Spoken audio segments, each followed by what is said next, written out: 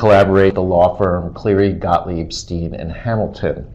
Today we'll be covering a topic of keen interest to legal and corporate executives, and that's the state of corporate prosecutions, what companies, boards, and executives need to know.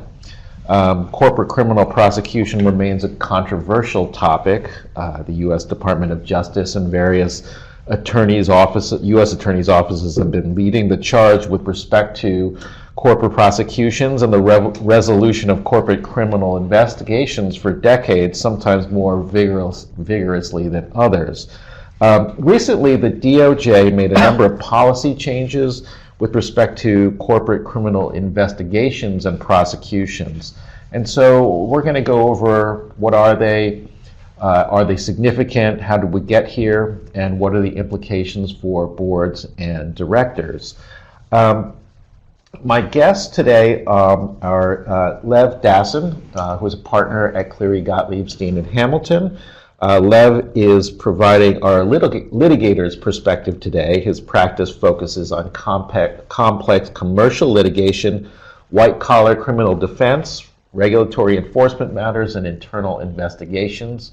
And Lev, in the past, had been the acting U.S. Attorney for the Southern District of New York. We also have Dan Gittner, who is a partner at the firm Lankler, Siffert, and Wohl, LLP.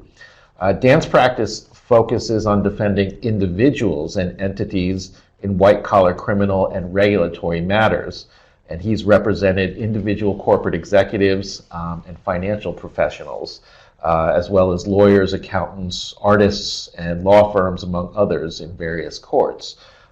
In the past, Dan was an assistant U.S. attorney and chief of the General Crimes Unit for the Southern District of New York. And finally, we have familiar face, Arthur Cohn, also a partner at Cleary Gottlieb, who works with corporations and focuses on compensation and benefits matters, including executive compensation, pension compliance, and investment employment law and related matters. So let me go through some of the housekeeping matters that we have. First off, we are offering CPE and New York State CLE credit for people participating in today's live program. To get either credit, you need to stay online for the entire webcast. For CPE credit, you need to enter your full name, email address, and specify CPE in the request CPE credit space at the bottom of your screen. 3 pop-up messages will appear during the program. Please click OK each time you see one. For CLE credit, you need to download the CLE verification form posted in the download section on your screen. Complete them, email them to the address for the folks at Cleary Gottlieb provided on the form, and I will provide a verification code later in the webcast, which you'll need to write onto the form before you submit it. There are a number of articles related to the subject matter in the download section at the bottom of your screen, as well as a very informative slide deck, and so we encourage you to download those, and we'll also email them around to the viewers. We welcome audience participation in today's sessions. You'll see a chat box on your screen where you can enter the questions. I will see them and try to work them into the discussion as we go along. Download the background readings, as I mentioned. You can enlarge the video to full screen. Please complete the evaluation so we get good feedback for upcoming programs. And a little after the program's over, you'll get a link to share the program for replay with your colleagues. So now let's jump into the substance here. Lev, maybe you could start us off with a summary of the legal background, the history regarding this topic, corporate prosecutions. Sure. So corporate prosecutions have been around for some time, and the law has been well settled for over 100 years that a company can be liable for the acts of its employees, and specifically a company can be criminally prosecuted for any acts of its employees that are done in the course of their official duties and that in some way benefit the company. So it's an incredibly broad standard. It's been affirmed over the many decades since the Supreme Court decided it, again and again and again.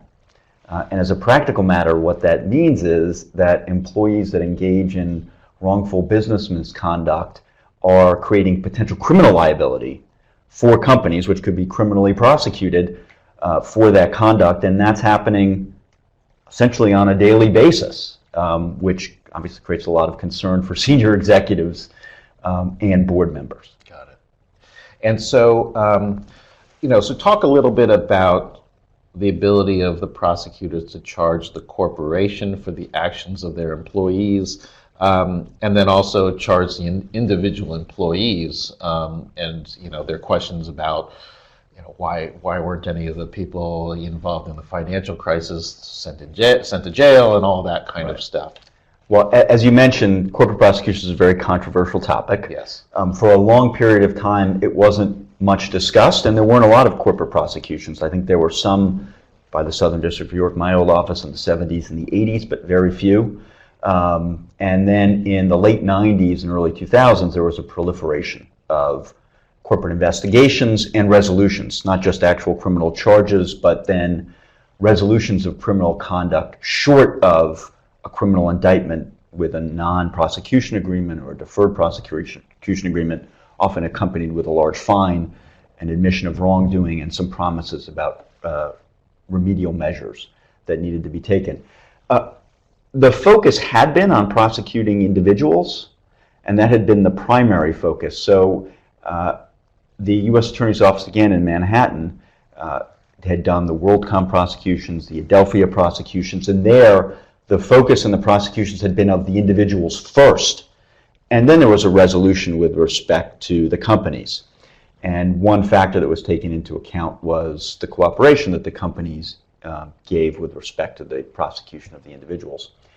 Over time, as corporate prosecutions, I think, expanded out, as Main Justice and other offices started to engage in more corporate investigations and prosecutions, there's a dynamic that emerged, and that was an individual is more likely to fight criminal charges, and that has to be proved beyond a reasonable doubt, whereas companies were more apt to settle a criminal investigation because the certainty in the resolution is very important, and they're not going to go to jail, whereas an individual can go to jail. So while the corporate liability is derivative of the individual's guilt, there was a split in how cases were handled. And as there were bigger investigations, more complex investigations, including major frauds, FCPA, accounting frauds, and frauds that were more global in nature, I think the reaction was companies cooperate, they're interested in settling. It still may be very difficult to ever prove that an individual engaged in criminal activity and prove it in court beyond a reasonable doubt. So there became somewhat of a disconnect, and there were corporate resolutions without any individual prosecutions. And that became, I think, a huge concern and factor that exacerbated the debate and concern about corporate prosecutions, period. Absolutely. I mean, a lot of folks on our audience, they interact with company shareholders, and the shareholders say, well, basically you're making the company pay out $1 billion, and that's really coming out of the shareholders' pockets. Why isn't it coming out of the individual's pockets? So that's just definitely one bone of contention. Let me interject with a question, Yeah. if I could. Well, is there a reason, aside from the results-oriented reason that you described because of the split in incentives and motivations, that the focus of prosecutors changed in the way that it did, or was it only the results-oriented point? And is there any reason to expect that that's going to shift in the near to medium term? So let me take the easier and latter question first, which is, I think there's been more of an emphasis going back several years to the end of the Obama administration and now in the current administration to refocusing prosecutions on individuals as opposed to corporate entities, and some of the recent changes, I think, emphasize and reflect that. So I do think there's going to be, and there has been more recently, a focus on prosecuting individuals as opposed to resolving with corporate entities. And we'll talk about the changes. We'll talk about the changes. Well, in a moment, yeah. Dan, why don't you go through what the recent changes are coming out of DOJ? So one recent change is how companies who are doing these kinds of investigations and who are facing Department of Justice scrutiny handle their relationship with individuals. So until maybe a year ago or so, or less, companies had to essentially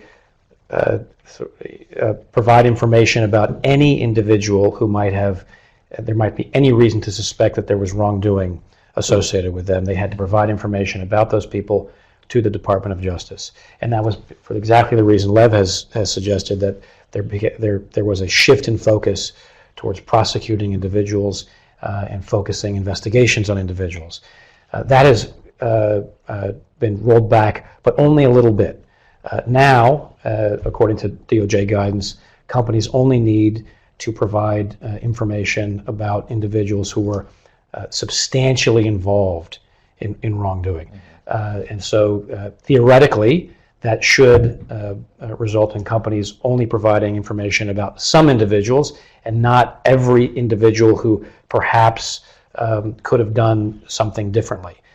There's an argument, however, that companies facing DOJ scrutiny are going to err on the side of caution and are still going to provide information about every individual they can think of that might touch wrongdoing, because they're looking for cooperation credit with the department. So they're looking to gain points, essentially, with exactly the agency that they're providing information about. And I think the concern had been that the old DOJ policy, which was the Sally Yates, Deputy Attorney General at the time, that her memo, that it had required to get any credit for cooperation that companies provide information about all individuals potentially involved, and addressing some concern and criticism with respect to a kind of all or nothing approach about providing information about everybody. The new policy is companies need to provide information about those substantially involved. Got it. Got it. And another change also is a recent, essentially, expansion of the Foreign Corrupt Practices Act policy. Yep. So that policy, in a nutshell, very much encourages companies to self-report, encourages companies to take remedial action, and provides essentially a system where companies can get credit for reporting and taking remedial action, and ensure either that the company itself is not going to be prosecuted, or if for some reason it is prosecuted, for a substantial reduction in penalties. And within the last year or so, the Department of Justice has essentially expanded that policy to all kinds of corporate fraud. And so, a lot of our viewers are involved in M&A transactions and the due diligence around that, and kind of advising the board, kind of what are the hairy items that we have to consider. The FCPA is obviously a big issue for due diligence. Any implications for M&A transactions from this expansion? Well, in my view, the most important implication is that companies acquiring other companies, essentially, if they're going to be very conservative and and take this extremely seriously, need to essentially do mini or maximum internal investigations into the Foreign Corrupt Practices Act area, or whatever sorts of fraud might be potentially occurring at the company, to ensure essentially that they're not buying the problem. Because recent policy essentially is that the acquiring company essentially takes over the problems of the acquired and owns them. So essentially, buyer beware. You are owning potentially criminal liability once you engage in the M&A transaction. Yeah, it's a critical point, I think, that implicates one of the big picture concerns for corporations and boards these days, which is the wearing away of trust that the public has in corporate conduct. And this ties into the question of whether corporations are going to be held responsible. If you're not held responsible for corporate for misconduct, then it's harder to garner that level of trust which used to exist for corporate America, which has, I think, according to surveys, been wearing away. So in the M&A context as well as others, companies need to, I think, refocus their attention on finding these problems as early as possible in order to generate that kind of, in order to regain some of the trust that's been lost. Yeah, and DOJ actually explicitly expanded the enforcement policy to successor companies in the M&A context in July of last year. So let me just throw a curveball here. So company X is looking at purchasing company Y. They do the due diligence. They're extremely thorough. They actually find something that's pretty hairy. And then in the course of the deliberations, we're like, we're not going to buy this company. For that reason or for other reasons, we're just going to walk away. Do they have any obligation to tell the DOJ, hey, this is what we found at that company? I mean, what do? They're in possession of something, pretty explosive. So a company in that position is in a difficult situation. Yeah. There may be non-disclosure agreements and the like that prevent them from providing that information to DOJ. Yeah. A more interesting question that is an interesting question, but they may be precluded by agreement from going to DOJ. They may want to encourage the company itself to go forward and bring it to the attention of DOJ. Another question is if they decide to go through with the transaction, when they tell DOJ. When do they self-report? When do you self-report? Because the enforcement policy provides that absent aggravating circumstances, you can get a non-prosecution agreement for the company, including in a successor situation, if you voluntarily self-report, absent the government imminently learning about it themselves, fully cooperate, and engage in appropriate and speedy remediation. So there's a huge incentive, and again, it's absent aggravating circumstances. The aggravating circumstances are serious misconduct, history of misconduct, pervasive involvement at the senior ranks. But even then, if you fully cooperate and you comply with those three factors, self-reporting, cooperation, remediation, you're entitled to a 50% reduction off the bottom of the sentencing guideline range, which provides a range of a potential fine. So we'll close in the morning and we'll self-report after lunch. And then, Dan, there's another, the anti-piling on. Why don't you talk about that? So anti-piling on policy is what it sounds like.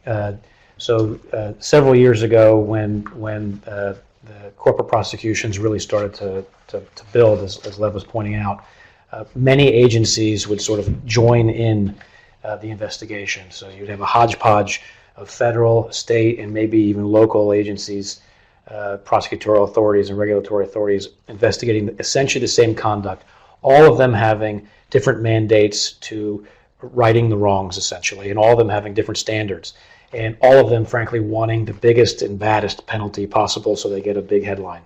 And it really, in many instances, resulted in some unfair conclusions where companies might have to pay a gigantic fine to the DOJ and then turn around and get hit by another federal agency and then a state agency, et cetera. And each of them wanted to have a fine that in their own rubric made sense. The anti-piling on policy essentially says, look, let's be rational here. And various agencies might have interests in reaching a resolution, and that's fair.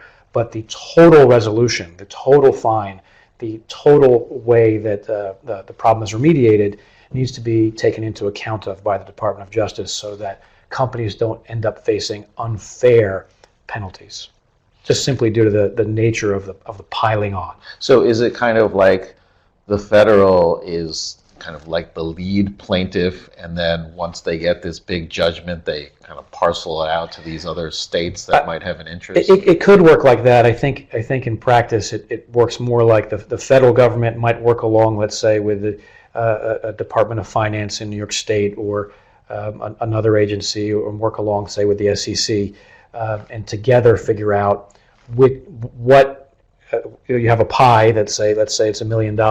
Well, the Department of Justice should let's say $1 billion. Okay, so $1 billion. The Department of Justice fine is going to be X, of the state fine will be Y, et cetera. So so you can ensure that the total fine and the total remediation is fair. Got it. Got it. And part of it's also designed to encourage corporate cooperation. Yeah. The idea being before there was a lack of certainty about what credit you would get for voluntary reporting cooperation. So the piling on policy, if you're on the front end of this and you're thinking about self-reporting and cooperation, the enforcement policy we just talked about is helpful because you have some certainty, whereas before it was completely subjective. Yeah. This helps remove some of the uncertainty as well, because if you're talking to someone, an executive, and you're saying, oh, one factor is self-reporting and we can cooperate, well, what happens?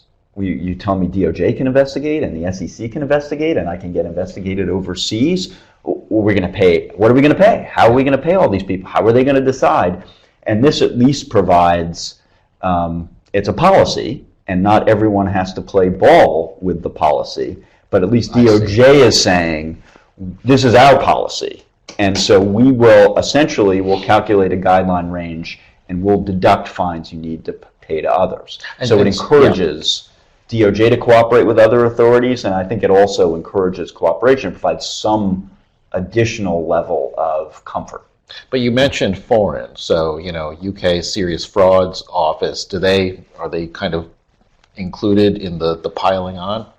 Well, there definitely have been included in the piling on. They're definitely eager to pile on. But the question is whether they'll also participate in this policy. There have been now a number of instances when the piling on policy has been implemented by DOJ, both with U.S. authorities and separately one with French authorities recently. So foreign authorities have been participating and DOJ has been actively trying to make sure the policy works. And in terms of cooperation, there's been skepticism on the corporate side in terms of, give me a break, are we actually getting any credit for self-reporting and cooperating, or are we just really kind of, tying our own noose? Do these changes, does it kind of clarify anything about cooperation and kind of the certainty of the credit that a corporation's going to get? I think I think the enforcement policy does, because there's a presumption of a non-prosecution of the entity, absent aggravating circumstances, if you do the things that you have control over, which is self-reporting, cooperation, and remediation. So that's very clear, and I think that's quite helpful. And then in addition to that, there are the reductions if you have the aggravating circumstances. There's also a 25% reduction off of the low end of the sentencing guidelines if you self-report. That doesn't mean there isn't still a lot of subjectivity and a ton of discretion that goes into how prosecutors calculate the guidelines, how they evaluate these factors, but it does provide additional certainty that just didn't exist before. Yeah, I think Lev's right. There certainly are situations where the corporation might feel like it deserves more credit, or feels like it cooperated fully, and the prosecutors believe more could have been done. But by and large, I think corporations know the Department of Justice has a game plan, essentially, and that provides for certainty as to how the DOJ is going to analyze facts. And frankly, it also provides certainty, or a level of certainty, as to how corporations are typically going to react in these situations, which is typically good for everybody, including the individuals involved, including the individuals who are sort of subject to the being served up by the company to the department, because at least they know what's likely to happen. Got it. I guess in the past, another question around these policies, particularly the Larry Thompson memo, was erosion of the attorney-client privilege. And does this have any kind of implication for that? Yeah. So just historically, it's kind of interesting because back when Eric Holder was the Deputy Attorney General in 1999, around the time when we talked about there were more corporate investigations and prosecutions, he issued a memo, which have now become part of the U.S. Attorney's Office manual, because no one wants memos named after them with various controversies, including Larry Thompson. But the factors that prosecutors consider were outlined by Holder in that memo. The factors themselves haven't changed much. We've talked about some of them, including cooperation and remediation. The one that's been controversial is cooperation, and one aspect of cooperation that had been a huge source of controversy was the attorney-client privilege. And in cooperating with the government, did companies to fully cooperate need to waive privilege? Which was a huge controversy and concern, which led to a series of changes to the memo. There was the McNulty memo, and then there was the Phillip, I think, and it was Mark Phillip who said, enough of this, I don't want my name on this. Let's just make it part of the Attorney's Office manual so I put my name on it. I thought it was like a source of pride. I don't think so. But you could ask them. I don't think it's a source of pride. So, and what Mark Phillip at the time and DOJ decided was, as long as you provide the facts, we don't care about privilege or waiver of privilege. We're not going to take that into account. That doesn't mean that there isn't pressure to waive in certain circumstances. And there are other issues with respect to data privacy concerns and other issues that may sometimes prevent companies from being able to provide information or documents or data to the government that creates issues with respect to cooperation and tensions with respect to cooperation. Yeah, my experience is actually that unless there is a black hole in the facts that can't be filled absent information that's otherwise privileged, the department and regulators typically don't want to know privileged information. They don't want to wade into that area. They know it's controversial. I think 10 years ago or so, when there was a lot of pressure to waive, I think the department received such harsh criticism for that they've taken it to heart, and that they only seek privileged information in a narrow set of circumstances in order to figure out what happened when what happened is something important that they feel they need to know. I think that controversy was replaced by the controversy we've kind of been talking about now, which is how much credit do companies get for cooperation? What do they have to do? And the subjectivity that surrounds that, sometimes from office to office, maybe even prosecutor to prosecutor. And that's a huge concern where companies like the certainty. What are the benefits I'm going to get? I want to have some level of certainty given the potentially enormous penalties involved. Yeah, you can imagine a company finds wrongdoing, and the lawyers tell the company, well, one really good thing to do is self-report. And the company says, but if we don't self-report, they may never find out. We'll just fix it. And the answer is, you're right. But if they find out, they're going to kill you. And if you self-report, you're going to get a benefit. Well, what benefit? I don't know. Hopefully a good benefit. Yeah. So there is tremendous pressure to avoid the severe consequence of not reporting. But as Lev, I think, is absolutely right in pointing out, the sort of subjectivity in defining the benefit is extremely difficult and a source of a lot of angst among corporate executives. And there's a shared interest here, right, between the government and the corporations to maximize the possibility that these things will be resolved without trial, because the trial has risks, great risks for the corporation, but also some risks for the government that have been, widely discussed. And so I think that results in a system where both sides value these efforts. They're not just little efforts, they're significant efforts to provide certainty. And some could criticize the outcome of that as being too conservative, but I think that it serves the system well. The only people it may not serve perfectly well are the employees who get thrown under the bus, which we will get to. Right. Yeah. Certainly the investors want certainty and ask about these things on earnings calls. So let's move on to the implications for the company's executives and boards. I think there's a lot of meat here. Arthur, there are actually a lot of employment-related considerations kind of buried in here, and clawbacks included. So maybe you want to kind of give an overview of what you see as the employment-related concerns here. Sure. I think that it's an incredibly interesting and complex area in which to give advice because in regard to treatment of the employees, we do have one area where there's still a lot of discretion, the kind of discretion that Lev has mentioned. So just to start out with the basics, the U.S. Attorney's Manual does not provide kind of prescriptive rules, does not mandate a certain treatment of employees, whether very senior executives or lower level employees who might be implicated in misconduct. but rather takes into account subjectively the big picture. And there are, from the government's perspective, I think there are many things to take into account, and from the company's perspective, there typically also are a wide variety of things to take into account that makes giving the advice difficult, because you have to really balance factors, inconsistent factors in a particular setting in order to try to maximize the outcome for whoever your client happens to be.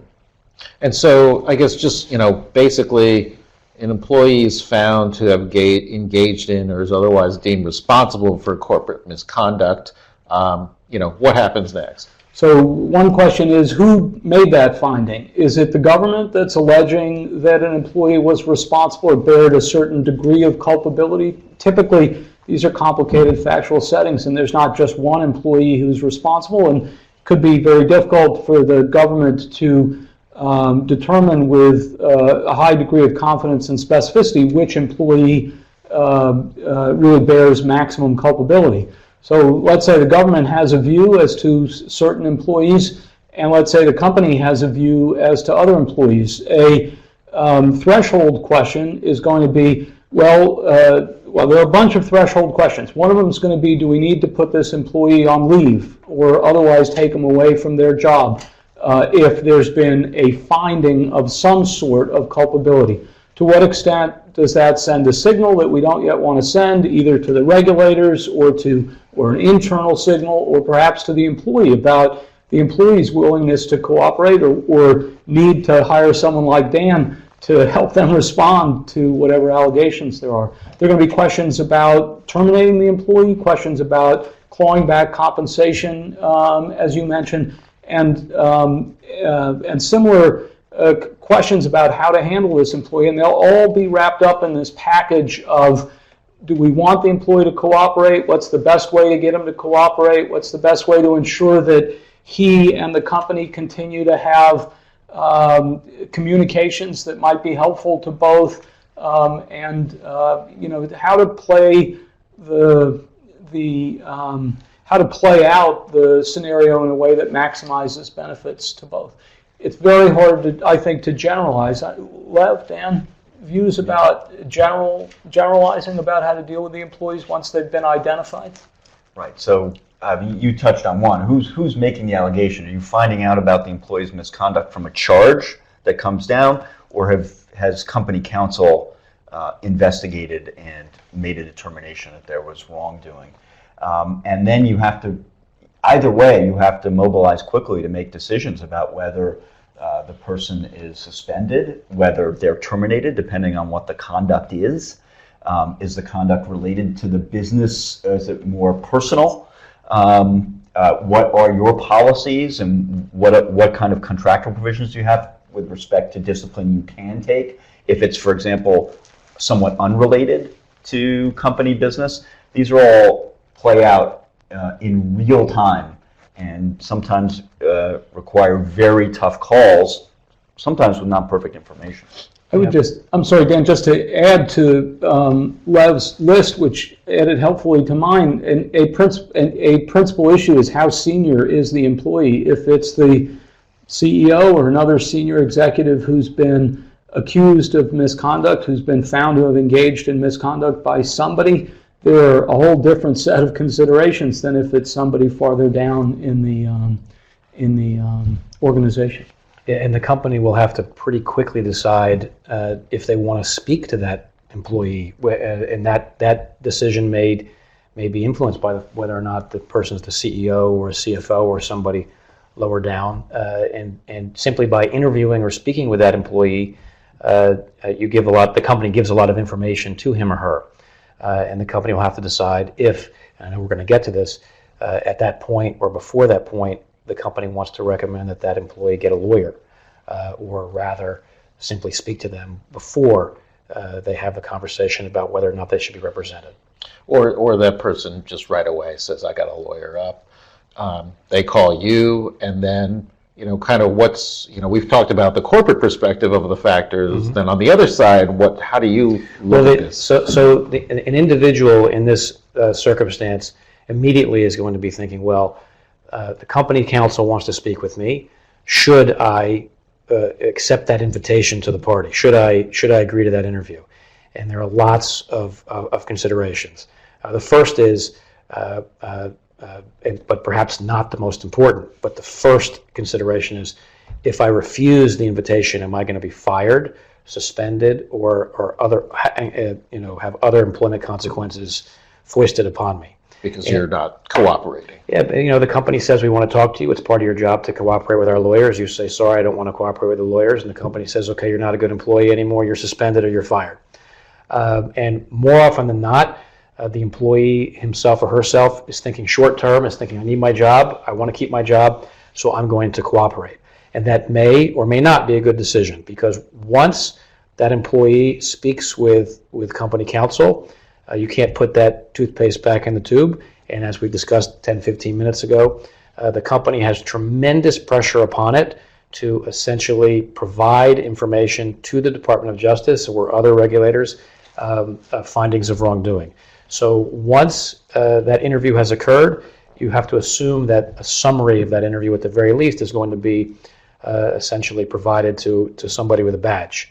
So the decision to cooperate with company counsel is a very weighty decision that has economic consequences for the individual. That's through no fault of anybody, but that's the way life works.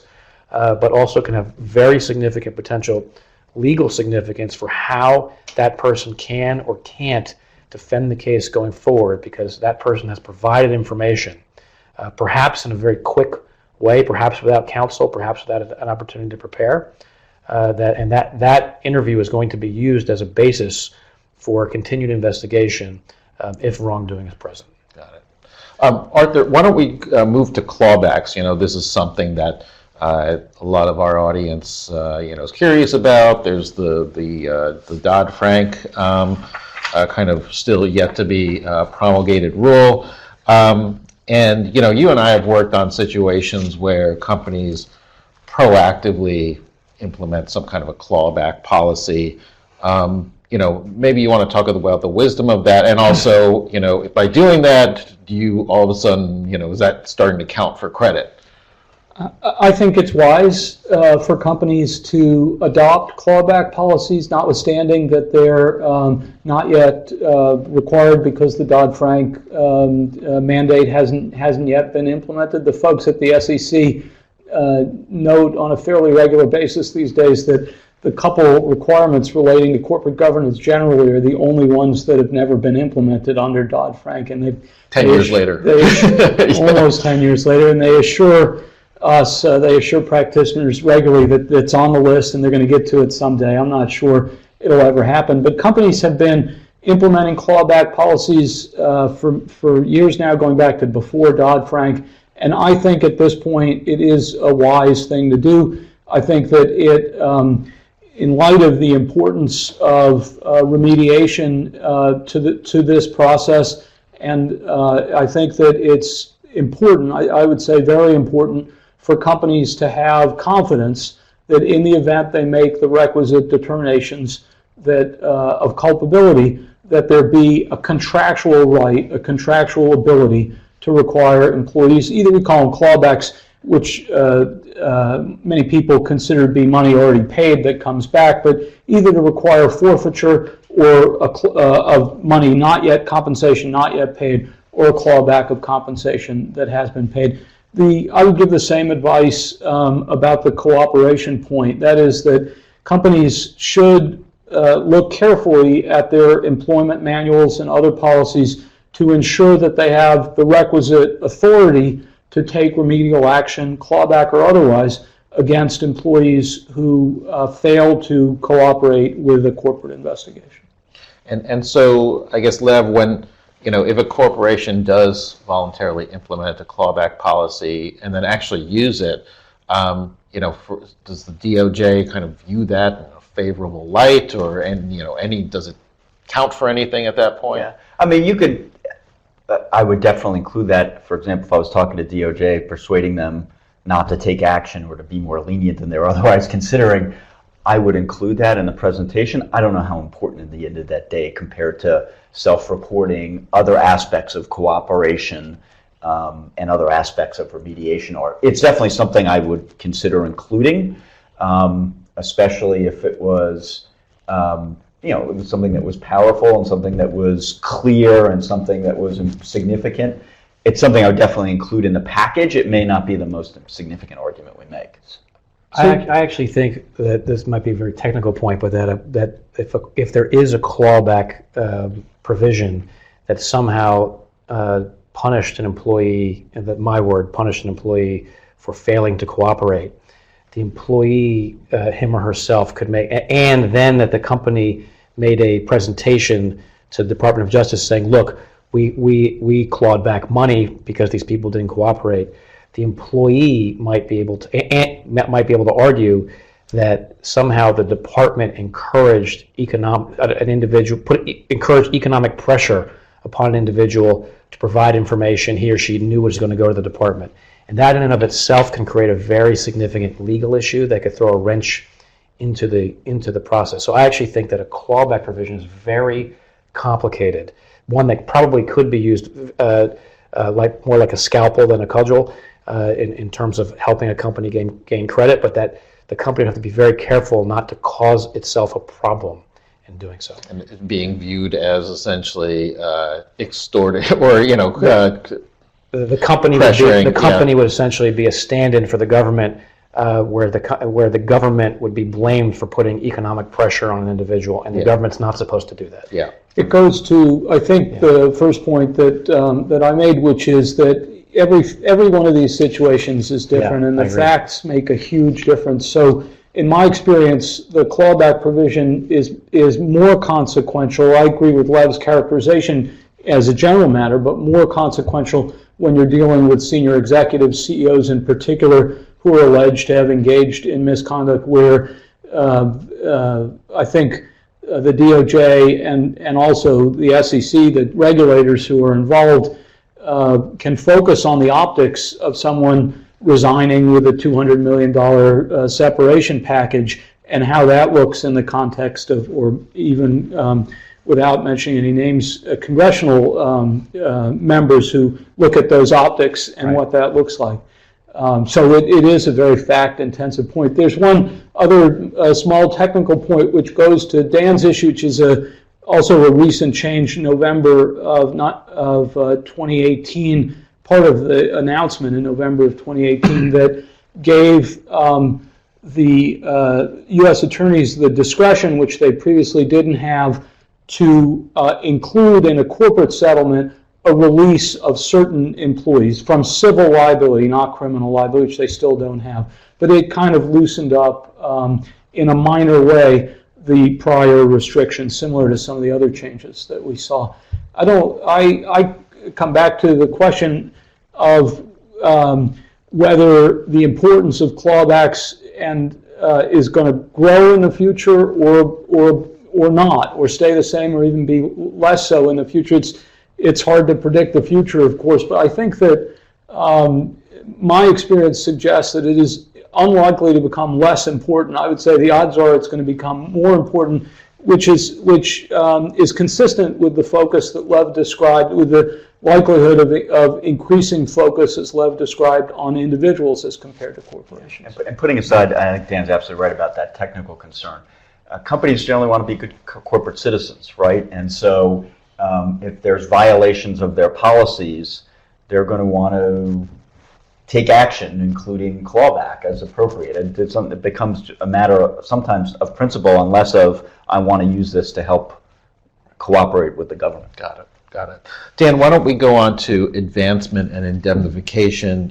Basically, in kind of just the basic instance, are executives somehow entitled to advancement and indemnification in the event of a legal proceeding or investigation relating to their responsibilities as an executive officer? Yeah. So in the typical white-collar matter, executives are entitled to advancement and or indemnification. So advancement is just when the company pays the legal fees in advance as the matter progresses. And that obligation typically stems from a combination of state law and a corporate charter. And even when state law or the corporate charter don't require advancement, it's most often the case with most sophisticated companies that are facing these kinds of inquiries that we're talking about here today, where the company will do its best to advance fees. So even if they're not required to do so, they want their executives to have good lawyers, and frankly, they want their employees to have good lawyers. It's better for the company in the long run.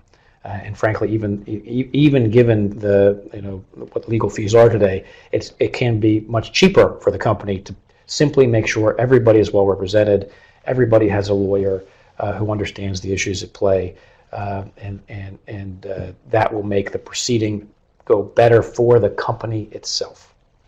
And so, typically, I guess when there's an advancement, the companies say, well, we'll advance the fees so you don't have to, basically go bankrupt during the course of this.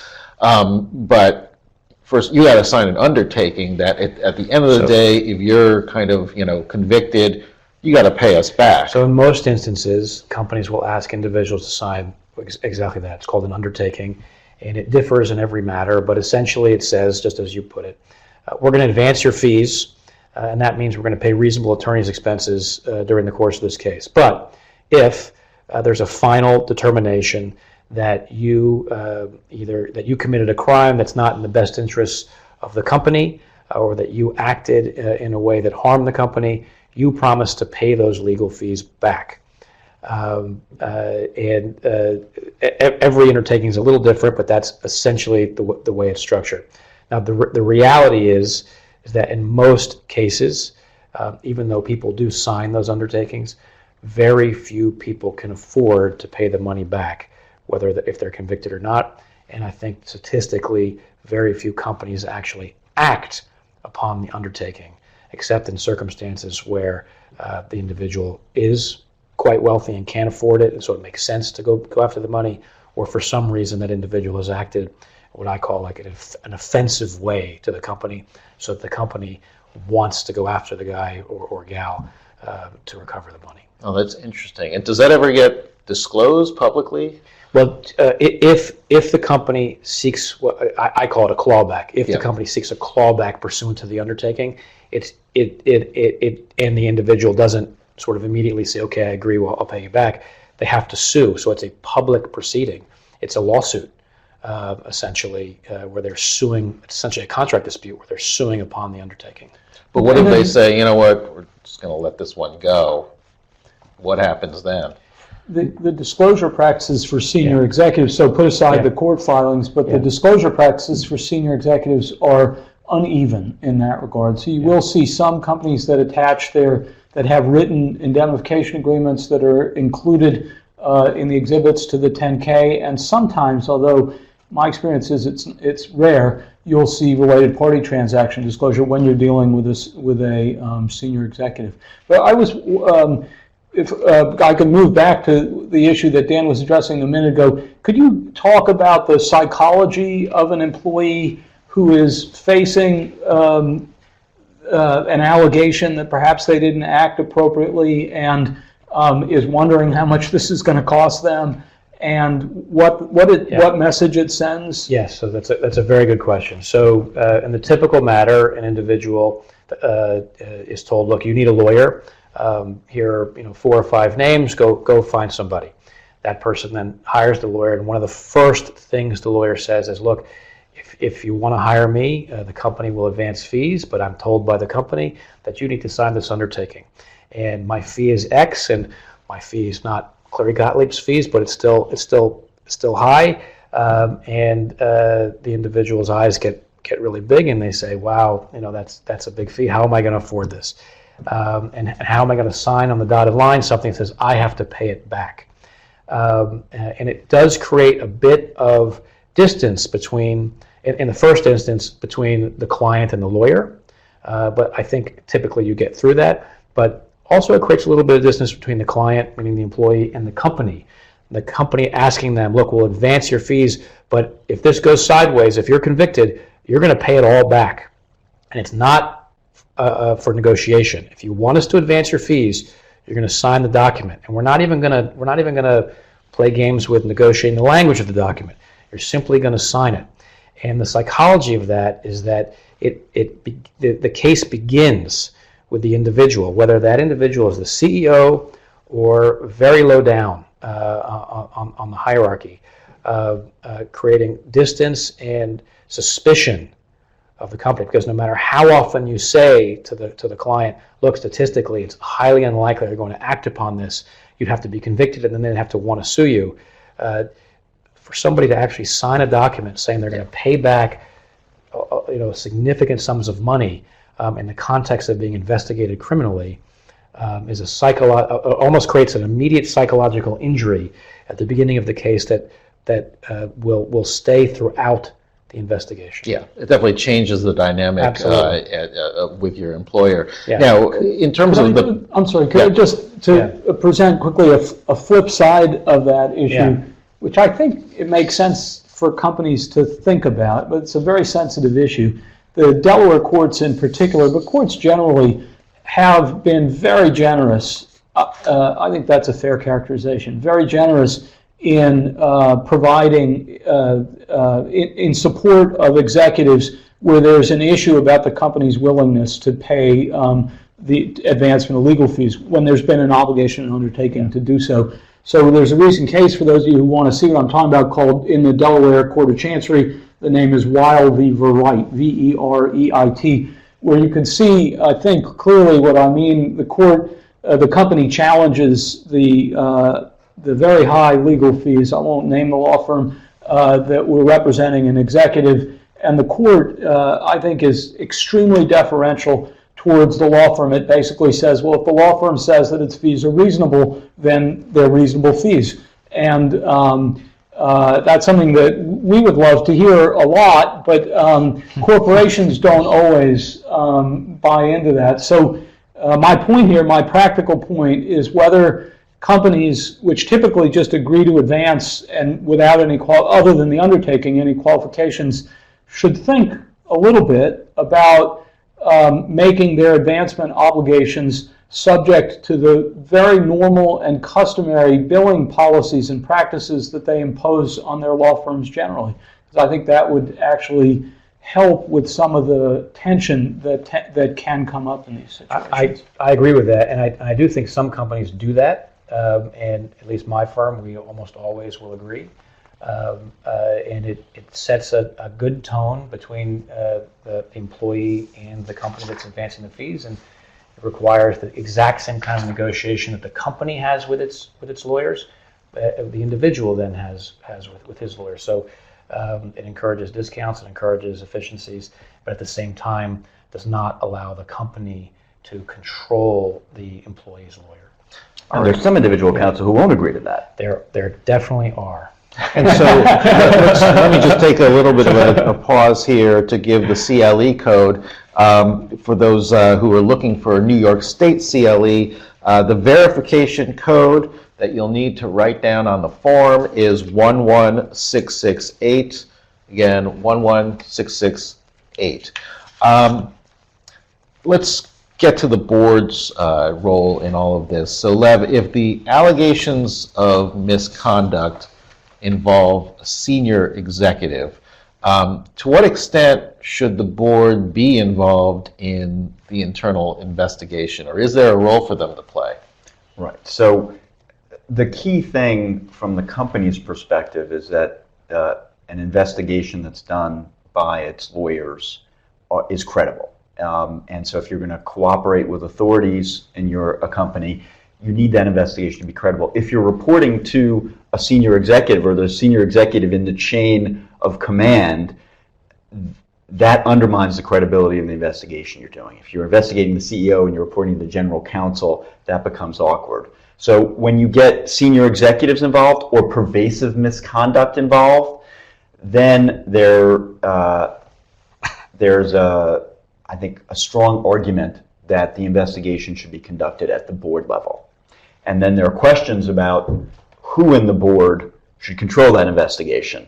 Often you look to independent directors, sometimes that's the audit committee, sometimes depending on depending on the facts and depending what the misconduct is and how long it was going on for, you may create a special committee that is independent and that runs the investigation, and the lawyers report to that committee of the board, or sometimes to the whole board, again, depending on the circumstances.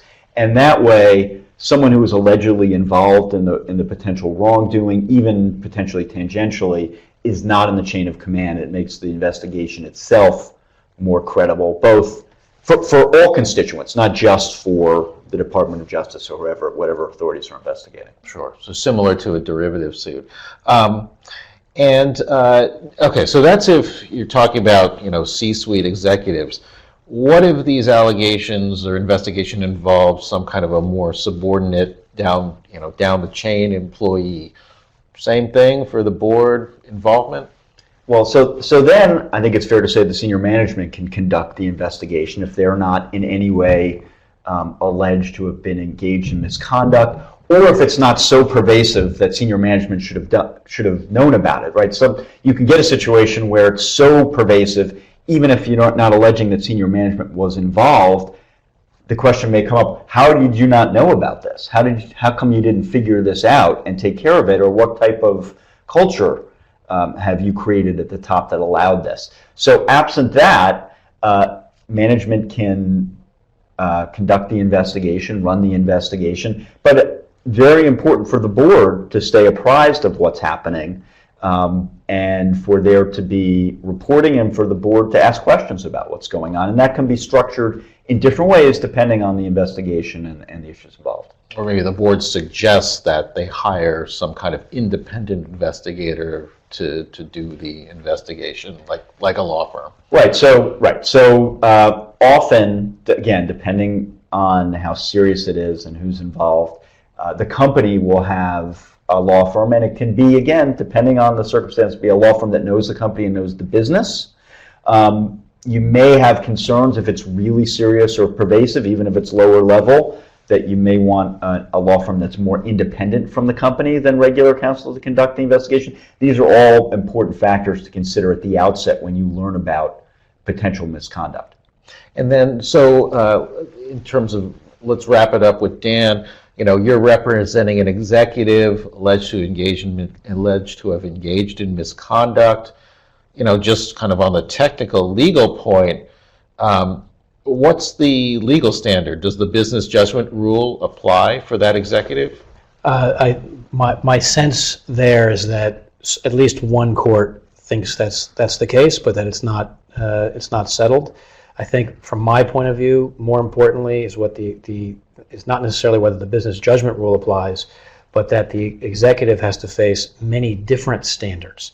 The executive is immediately facing an internal inquiry by very good, talented lawyers at firms like Cleary Gottlieb, and the executive has to decide how to handle that internal inquiry. The executive has to think forward and decide, okay, that internal investigation can easily turn into a regulatory investigation by both state or federal officials. That can easily turn into a criminal investigation by both state or federal officials. In certain cases, like we've discussed, there might be international inquiries. There could be private plaintiffs out there looking to sue. If the individual faces employment consequences, he or she may be thinking himself about or herself about suing the company for wrongful termination. So there are 5 or 6 different interplays going on where the executive's got to worry about his or her job, career, reputation, pocketbook, and frankly, the trump card, freedom. Yeah. And so many different standards are interplaying at the same time. And if it's not the BJR, business judgment rule, in the court, then what would it be? I'm going to leave that to my lawyer. If it's not an offense, then what happens? I think that it's a very interesting issue. I think that there is no clear law on it, and the question of whether some negligence or other similar standard less deferential than the business judgment rule might apply to executives, that is, people below the board level who are accused of mistakes in connection with the performance of their duties. So there was a footnote in a recent case. I'm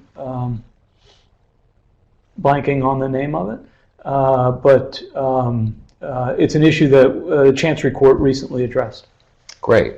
Well, I think we covered a lot, gentlemen, and really thank you for all of your knowledge. Before we break, just want to let everybody know about some upcoming webcasts and events.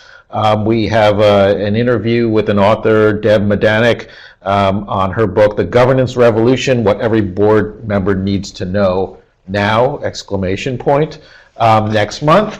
And we have a Global Benefits and Compensation Roundtable on Tuesday, May 14th at 12 noon Eastern. The session will focus on collective defined contribution plans. The next live Governance Watch webcast will be on Tuesday, May 21st at noon Eastern, and we'll be announcing the topic before then. And then for Governance Center members, we'll be having an in-person meeting to talk about the job of the corporate director, perspectives of the investor relations executives. So again, for those who need CLE credit, download the CLE form, stick the number 11668 on the form, email it back to the address. For those who need CPE, be sure you entered your name in the space on the screen and specified CPE, and hopefully you clicked OK 3 times. So, gentlemen, thank you for being here and giving your time. And audience, thank you for joining us today, and we'll see everybody next time.